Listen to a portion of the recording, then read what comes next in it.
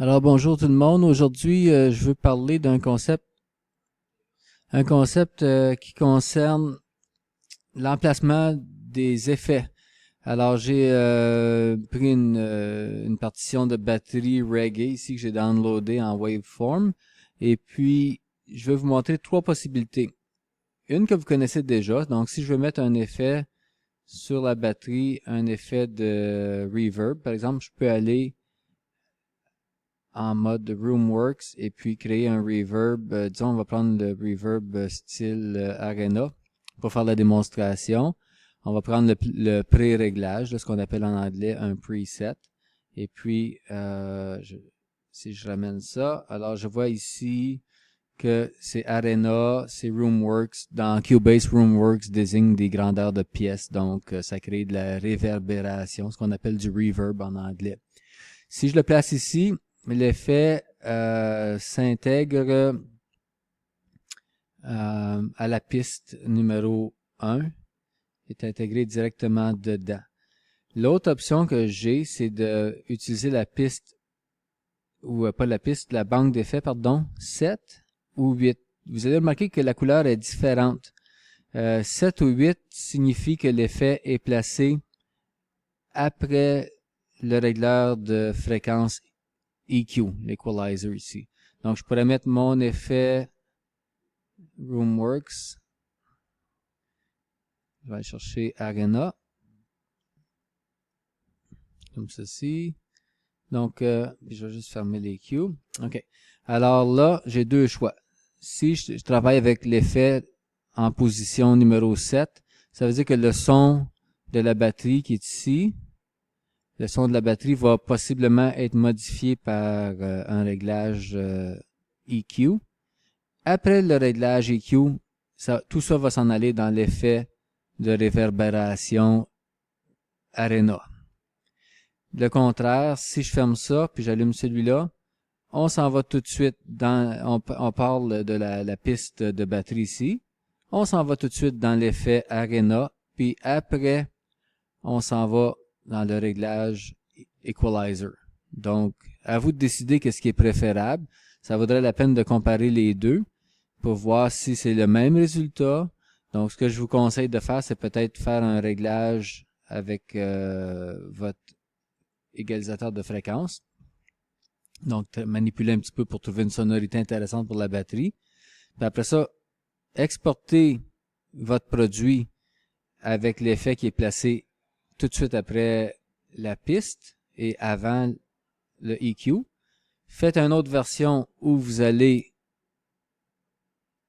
fermer celui-ci et allumer lui, qui veut dire que vous allez exporter maintenant une version où la batterie s'en va dans l'EQ et après dans l'effet Arena. Fait que ça, c'est une autre possibilité. En dernier lieu, il y a une troisième option qui se prête à vous. Vous pouvez avoir un effet qui est positionné de ce côté ici. On peut encore mettre jusqu'à 8 effets. L'avantage avec celui-là, il y en a plusieurs, mais un des avantages, c'est que vous pouvez assigner plusieurs pistes à un module d'effet. Donc, si vous imaginez que j'avais deux pistes, comme ceci, je pourrais mettre deux fois le même effet dans chaque piste, ce qui me prendrait un peu plus de temps et un peu plus de mémoire vive, ou je pourrais, en contrepartie,